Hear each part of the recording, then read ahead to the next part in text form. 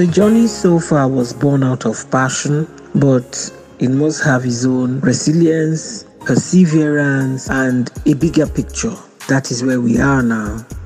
Over 6.5 years ago, Ocean Ambassadors started the School to Sea, Catch Them Young in the Maritime Sector program, where we used to take students on a one-day career tour to the seaport. We bring veterans to talk to them, and the spicing of it is for them to board the vessel, which has always changed their horizon from daddy wants me to be a lawyer, mommy wants me to be a doctor. Last year, the new normal brought a new dimension because over the years, we've had quizzes.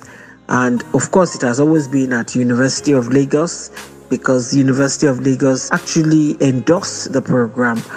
And all our winners, we had taken to Ghana for them to see comparative analysis of what a typical seaport should be like compared to Apapa Seaport. They've gone to Tema Seaport, they've been to Takoradi, and back home, we've taken them to Niger Dock Shipyard, and we've taken them to some smaller shipyards in Nigeria. But fast forward, last year, when the pandemic broke out, we had no choice than to restrict ourselves to going virtual. That virtual made us had our own gains because we could network so many schools. We went on air through jingles, e-adverts, and we had over 2,000 students that registered last year. Surprisingly, it was a student from a public school in Lagos State that won the quiz nationwide. And our best then, 60% of them were from public schools in Lagos State, which means that the themes agenda of Governor Babajide Sanwo-Olu is really working. Kudos to you, sir, and we expect you to extend your hand of fellowship towards Ocean Ambassadors Foundation to groom these children in SS1 and SS2 geared towards maritime career opportunities because Lagos State is actually a maritime hub and we're yet to capitalize on it to the maximum. Way forward, we decided that we should have mentors, female mentors for these students. So this year we started with the area manager of NIWA, Engineer Sarah Brima, who is very passionate about the girl child. This year we decided to have the girl child, and for some years to come, we'll have to devote the career opportunities for the girl child because the girl child is not visible in the maritime sector. Going by NEMASA's analysis, we have just 9% of females that are seafarers. And even globally, the challenges are there. We want the girl child to come up the ladder, to change the narratives, and to excel. Because once a female gets up the ladder, they always have a way of pulling themselves up. So we decided to have the girl child this year, and it's been very encouraging.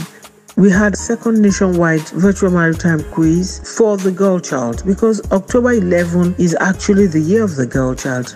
And for some years to come, we'll be running our quizzes on October 11 in celebration of the girl child. The girl child must come to prominence, must come to limelight in the maritime industry. This year, it was a girl that came first. And this has made the whole idea of sticking to the girl child emancipation in the maritime industry very germane. This year, we've had it more interesting.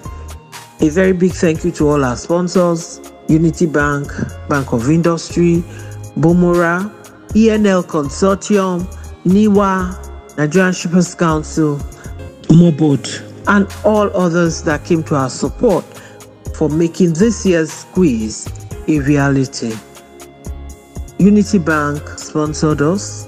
Bank of Industry actually sponsored the School to Sea in March and Children's Day events that we had.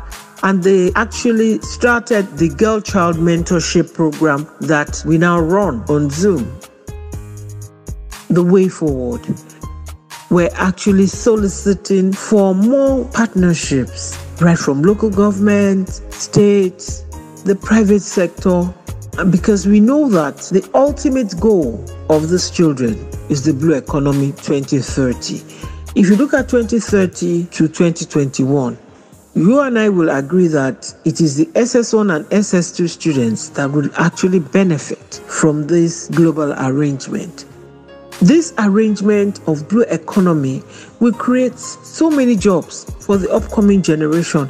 It is only this generation that will prepare the grounds, the infrastructure for these children to capitalize on. Because if we don't catch them young now, there won't be any space for them. That opportunity will be lost, and we don't want it to be lost. We're now appealing to state governments, federal governments, to come and partner with us, the Federal Ministry of Transportation, and more importantly, the Federal Ministry of Education should find a way of including maritime studies at early ages for these children to appreciate the wealth of waters, the wealth of the oceans, and the wealth of the inland waterways. We hope and we sincerely pray that this our appeal will drop to the hearts and ears of all those that are supposed to come and partner with us, so that we'll get this nation and get these children to rewrite our rich maritime history. Because when it comes to fisheries, we have no data. When it comes to maritime tourism, we're not there yet. When it comes to aquaculture, we're far from it.